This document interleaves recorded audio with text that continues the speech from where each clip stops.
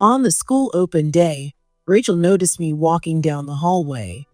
She smiled for a moment and started to wave, but then quickly returned to a serious expression and lowered her hand. It seemed like she wanted to talk to me, her mother, but something inside was holding her back. We used to be so close, going shopping together and laughing, but lately, Rachel had been shutting herself in her room and no longer showed me her smile. Still, I felt a little relieved knowing she seemed to be enjoying herself with her classmates at school. After the homeroom session ended and the students began leaving the classroom, I hurried over to her homeroom teacher. Although I only knew Rachel at home, I thought her teacher might have noticed changes in her behavior or feelings. I was nervous about hearing Rachel's true thoughts, but since I had decided to protect and raise her, I knew this was something I couldn't avoid. "Miss Wilson, I'm sorry to bother you when you're busy, but I was hoping to talk to you for a moment." Betty, perfect timing. I also needed to talk to you. She glanced around to make sure no one was watching and led me to the home economics room in a separate building. There's a reason I brought you here, Betty. The truth is, it's about Rachel. Taking a knife out from a shelf, she began to reveal the truth about Rachel, and it was far beyond anything I could have imagined. "My name is Betty, and I'm a 45-year-old nurse. I live with my husband, Jacob, who works at the local city hall, and our daughter, Rachel. On weekends, my favorite thing to do is go grocery shopping with Rachel at a nearby store. We chat about our favorite pop stars or comedians, and sometimes a familiar store clerk will strike up a conversation." You two are such a lovely mother-daughter pair.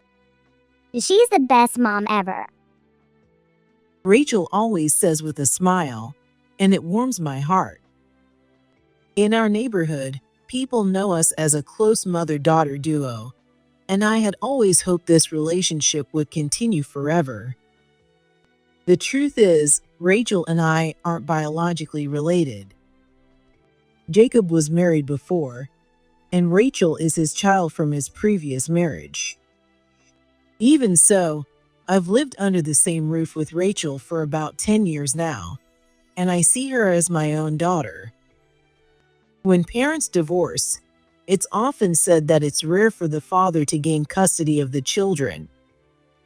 However, Jacob managed to obtain custody of Rachel due to some unusual circumstances. Apparently, Rachel's biological mother had repeatedly yelled at her and even physically hurt her shortly after she was born. Although I don't know all the details, Rachel suffered greatly, both physically and emotionally. It wasn't until a concerned neighbor reported the situation to the authorities that the police and child services intervened, making Jacob, who had been prioritizing his work, finally realize Rachel's plight. When I first met Jacob, he often lamented how he had failed as a father. "It's my fault for focusing on work and leaving all the parenting to her."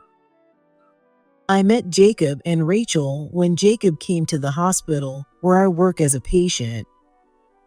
At first, our relationship was just nurse and patient, but as we had more casual conversations, we naturally grew closer to each other. Eventually, as we started to think about marriage, Jacob opened up to me about Rachel's past. The first time I met Rachel, she was just 3 years old. She was clutching a teddy bear Jacob had given her as a birthday present and refused to let it go. "Hi, Rachel. It's nice to meet you." When I reached out my hand for a handshake, Rachel instinctively pulled hers back. Are you going to hit me, Betty?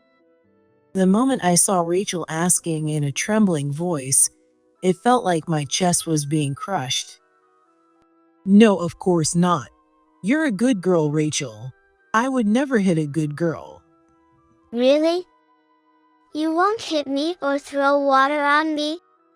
I hugged her trembling little body and whispered softly into her ear, "I'll protect you, Rachel." As she buried her face in my chest and sobbed, I stroked her head and made a vow to make her happy no matter what.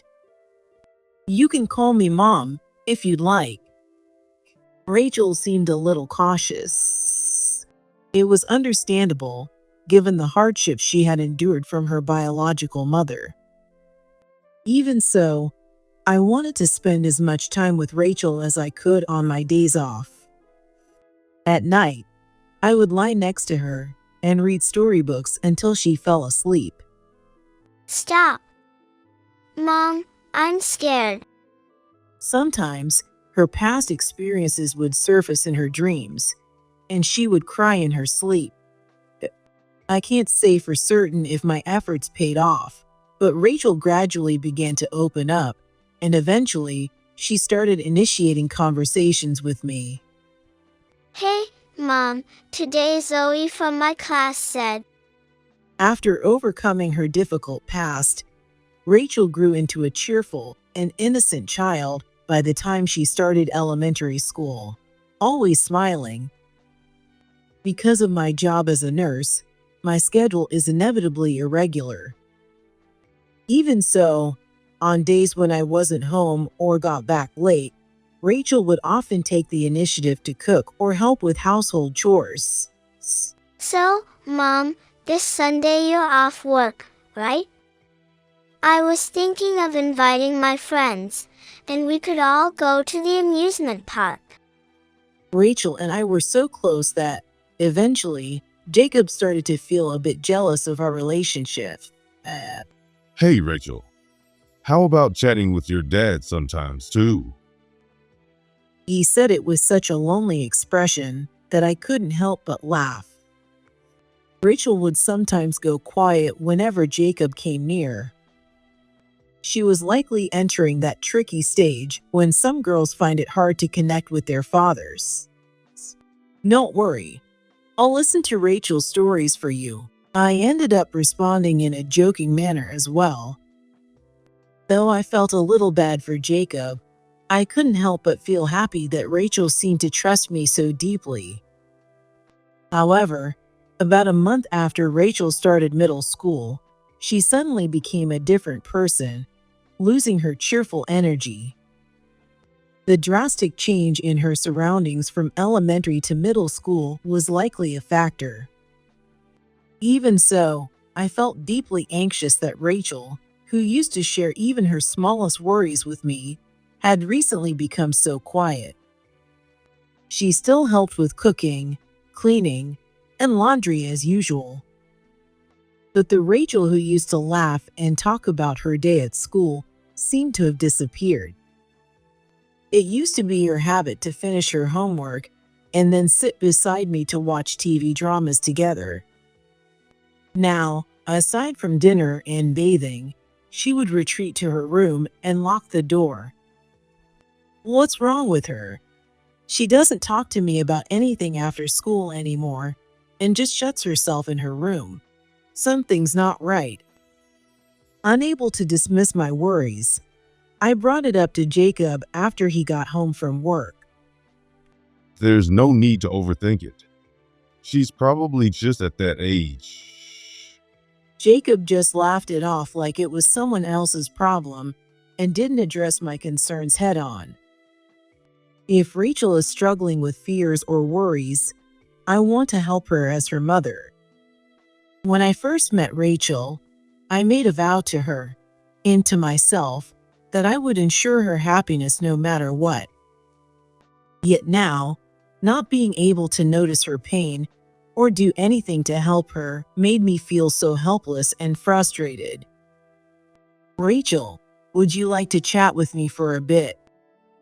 I called out to her from outside her room, but Rachel didn't respond. I tried making a cake, but I'm not sure if it turned out well. I've got tea too. Want to come eat it with me? After a moment, the door opened slightly, and Rachel peeked out through the crack. Come here. You can talk to me about anything. Don't hold back. Rachel slightly opened her mouth to speak, but then closed it again and looked away.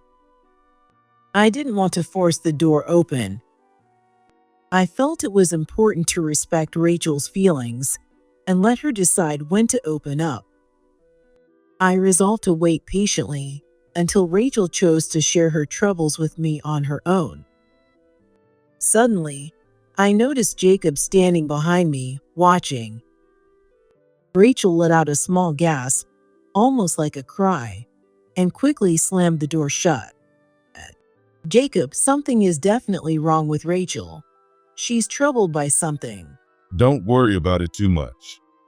By the way, if Rachel doesn't want the cake, can I have it? I had hoped Jacob would help me think through the situation, but he didn't seem willing to face it seriously. I didn't know what else to do and found myself sighing constantly.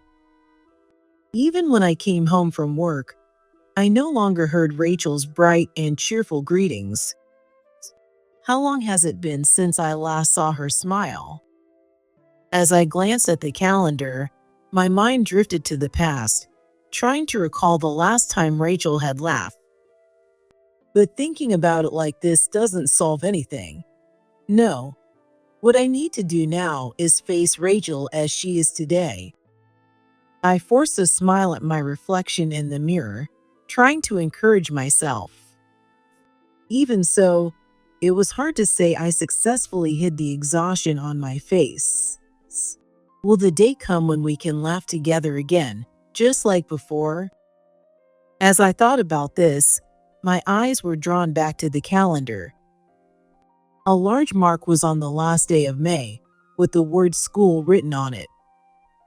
Oh, right, the letter from school in early May mentioned there'd be the open school that day. I opened the desk drawer and checked the paper. Sure enough, Rachel's school open day was just 2 days away. I've been so caught up worrying about my relationship with Rachel that I almost forgot about it. I looked at myself in the mirror again and scolded my own weakness. If you can't pull yourself together, who will? You need to be strong if you're going to protect her.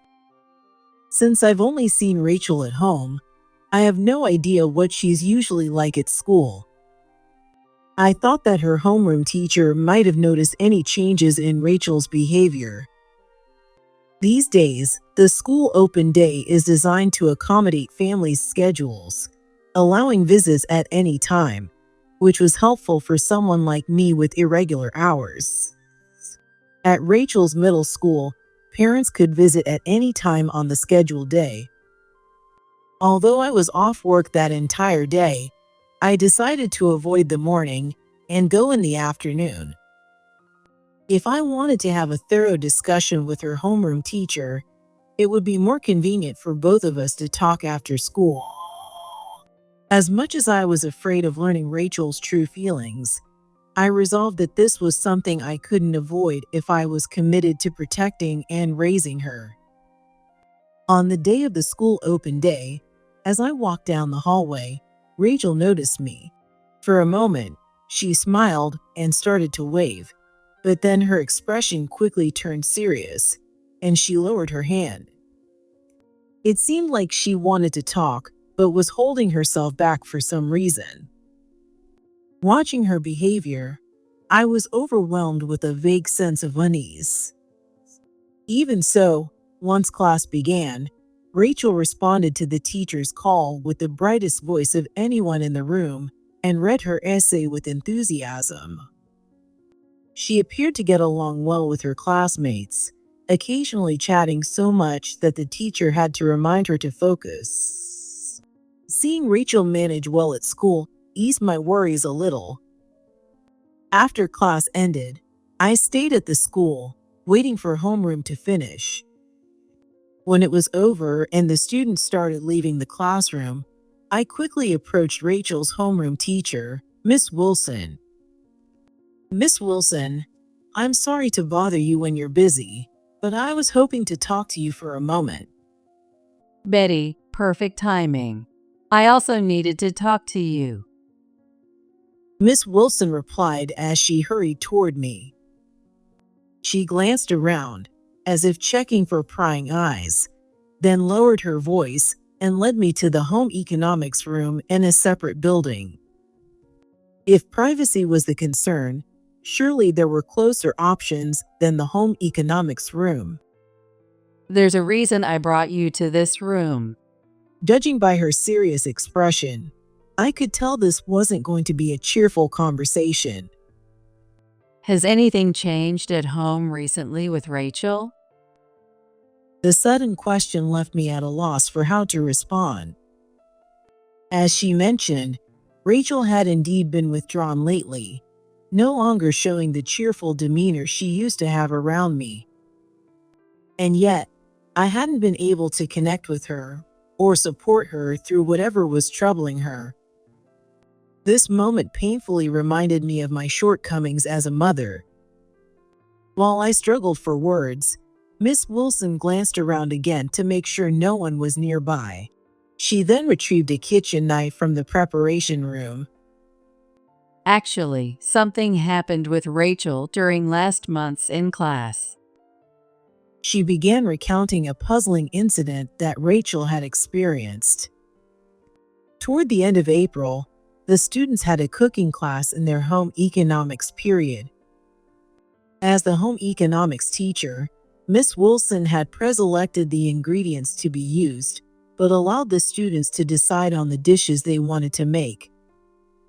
At first, everyone started cooking happily, but after a while, concerned voices from one group's cooking station could be heard.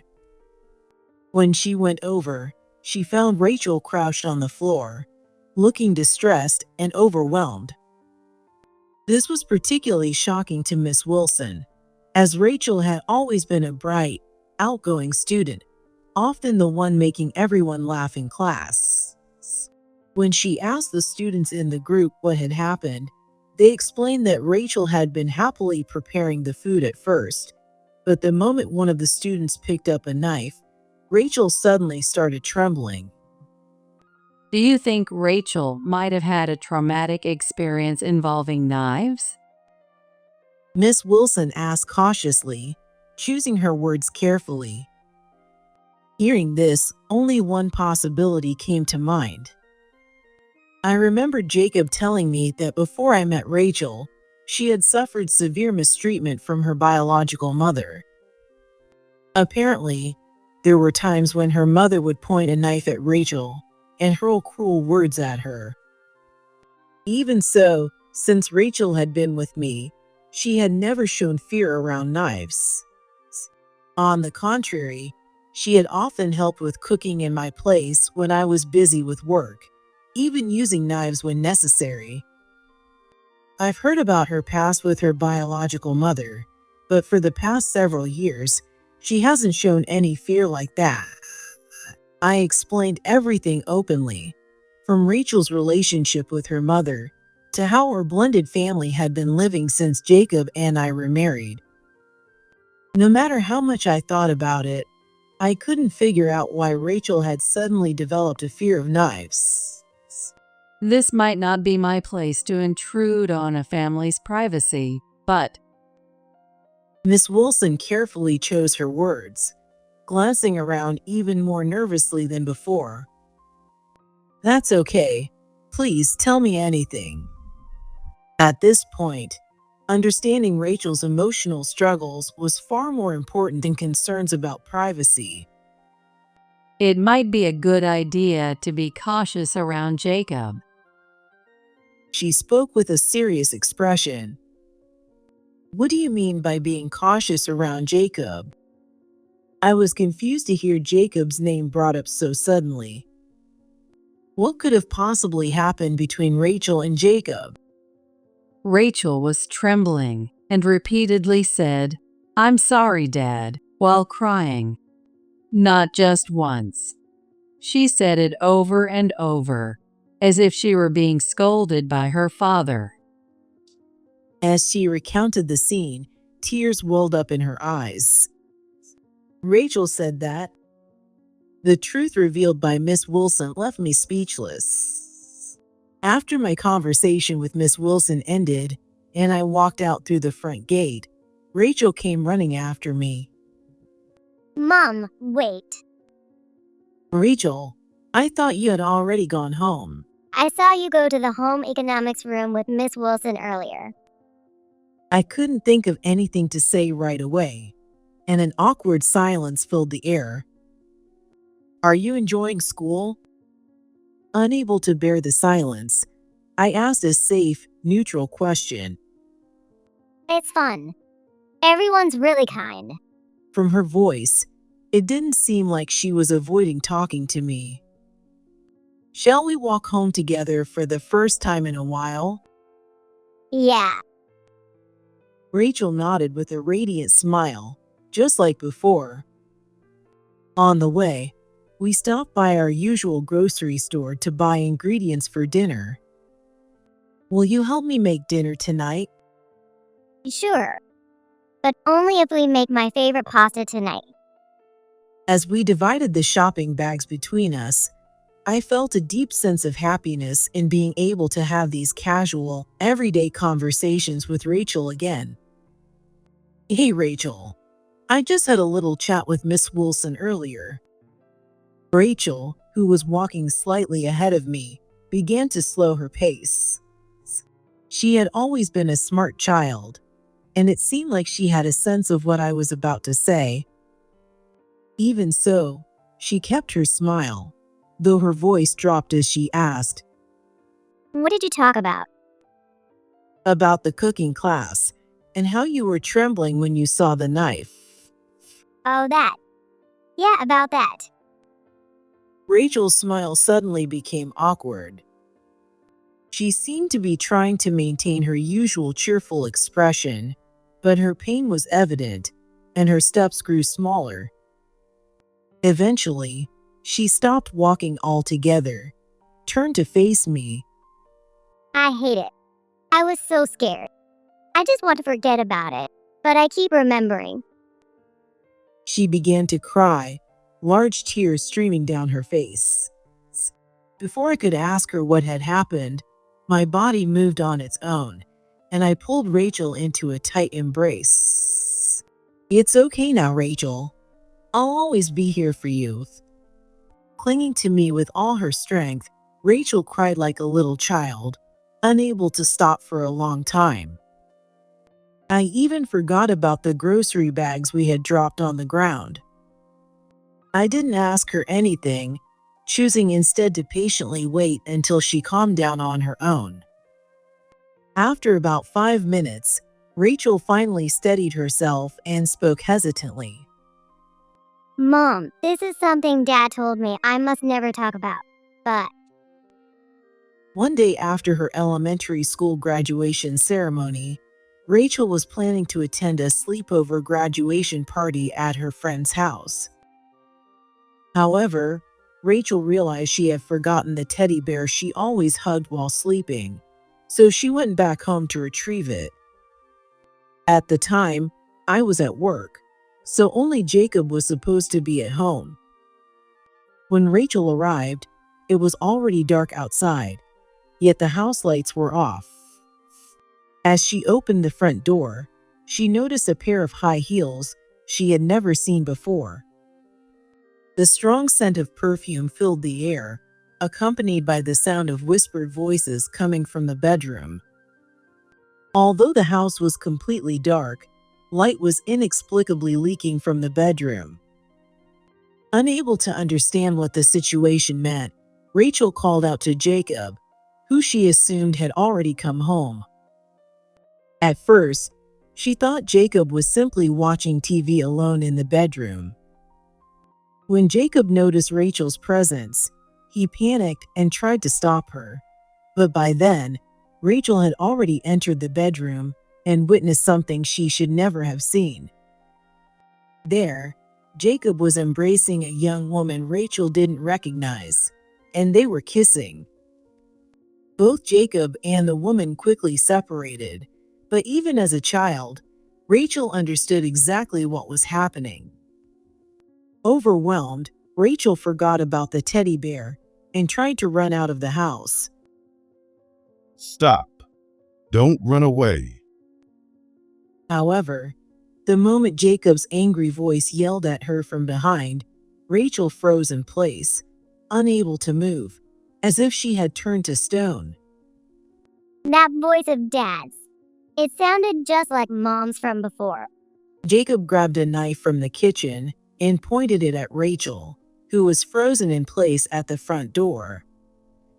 If you tell Betty about this, you know what will happen, don't you? I'll send you back to that woman. He said that while pointing the tip of the knife at her. By that woman, Jacob was referring to Rachel's biological mother, who had repeatedly mistreated her. I felt so sorry for you, Mom. I couldn't forgive Dad for betraying you. But I was too scared to say anything. I'm sorry. As the memory of that moment resurfaced, Rachel's body tensed with fear and anxiety. "It's okay now. I'm here for you," I said, holding her tightly to keep her grounded and away from the terror of her past. Rachel had endured traumatic experiences in her childhood, including being threatened with a knife by her biological mother. Jacob, fully aware of this, had deliberately used the same tactic to threaten her. I found myself more furious at Jacob for doing something he knew would deeply hurt Rachel than for his infidelity. "I'll always protect you." I whispered those words repeatedly into Rachel's ear as she sobbed uncontrollably in my arms. "Whatever it takes, I'll gather proof of Jacob's wrongdoing. I'll make sure Rachel never has to cry or suffer again." Once home, I immediately began preparing to confront Jacob. About 10 days later, I came home one evening after work. I was originally scheduled for a night shift, but a coworker's situation had changed it to a day shift. Of course, I had emailed Jacob about it, but given how distant he had grown toward me, I wasn't sure if he had even read the message. From the moment I approached the house, I sensed something was off. Usually, the porch light would be on after dark, but that evening, not only was the porch light off, but the entire house was pitch black. However, Jacob's car was in the garage, so someone had to be inside. As I opened the door, I was immediately hit by a strong smell of perfume and saw a pair of women's high heels. So, these must be the shoes Rachel mentioned. Just as I had suspected, Jacob had brought his mistress into the house, thinking I wouldn't be home. It seemed likely that Jacob hadn't even read the email I sent. Or perhaps he didn't care enough to remember its contents. Either way, the fact remained that he had betrayed me and brought his mistress into our home. Rachel did not seem to be in the house. I decided to text Rachel to check, and she quickly replied, I'm at my friend's house, so don't worry. The living room lights were also off, making it clear that Jacob was likely in our bedroom, enjoying time with his mistress. The thought that he had brought another woman into the bed where I slept made me feel a wave of intense nausea rising in my stomach. Still, for Rachel's sake, I fought against the nausea and quietly made my way toward the bedroom. "Who's there?" I flung open the bedroom door, and under the dim light, I saw a naked man and woman in an embrace. What are you doing here? I thought you were working. The mistress, frightened, covered herself with the sheets, while Jacob glared at me with a terrifying expression. "I worked the day shift today. My night shift was rescheduled due to my coworker's schedule." That's sneaky. You didn't tell me. "I emailed you. Looks like you didn't bother to read it. But honestly, accusing me of being sneaky while you're bringing your mistress into our bedroom when I'm not home? Jacob's misplaced anger left me speechless for a moment.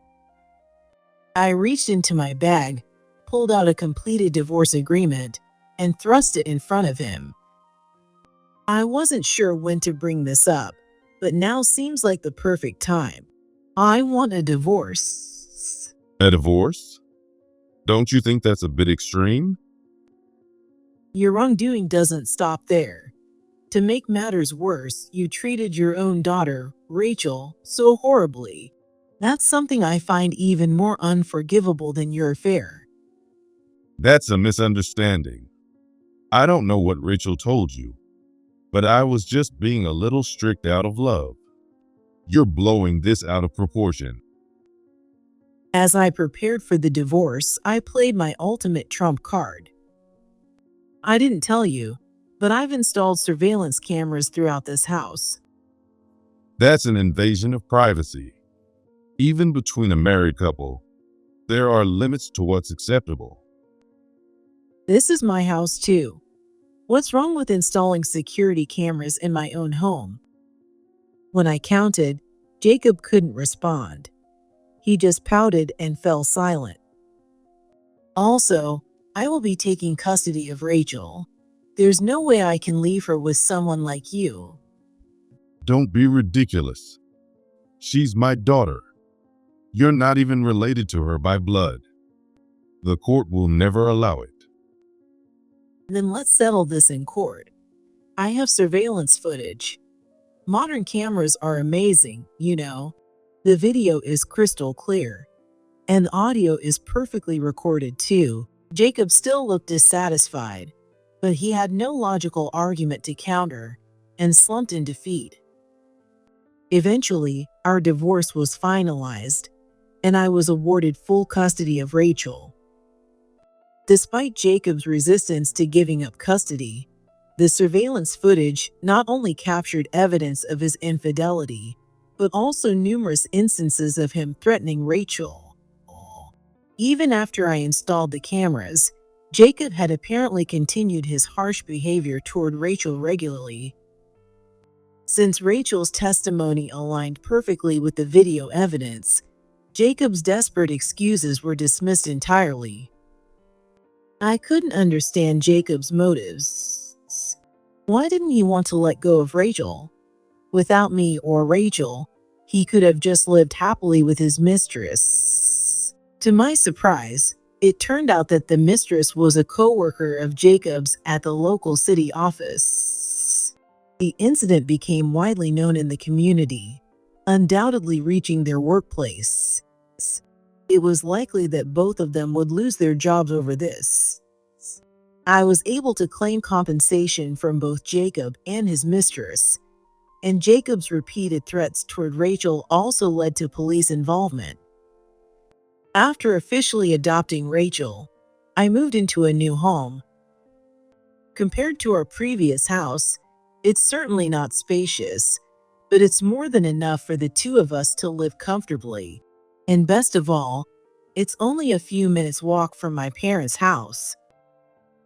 As a nurse, my irregular work hours made the support of my parents invaluable.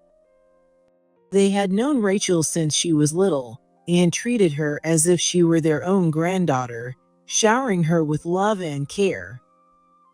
Right after Jacob and I got divorced, Rachel, trying not to cause me any trouble, forced a strained smile and said, I can live in a foster home if that's easier. "If you keep making such a fake smile, you'll ruin your cute face."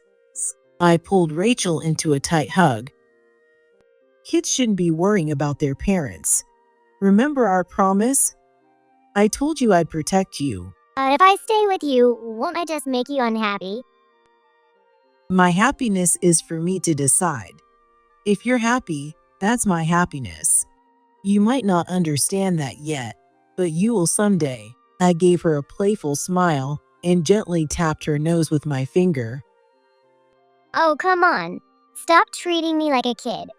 Rachel said, finally showing me her carefree, innocent smile again. There it is. That's the face I've been wanting to see. Your real smile, Rachel. From now on, let's be happy together. Just the two of us. I don't want to ever leave you. I'll never let you go, Mom. With that, Rachel hugged me back with all her strength. On nights when I don't have work, Rachel and I cook dinner together. Watching her cheerful face as she cuts vegetables with a big smile, I sometimes find myself stopping to think. I want to make her happy, maybe this feeling. This is what people call love. Mom, you're spacing out again. Being scolded by Rachel, I suddenly felt embarrassed for letting my mind wander with unnecessary thoughts.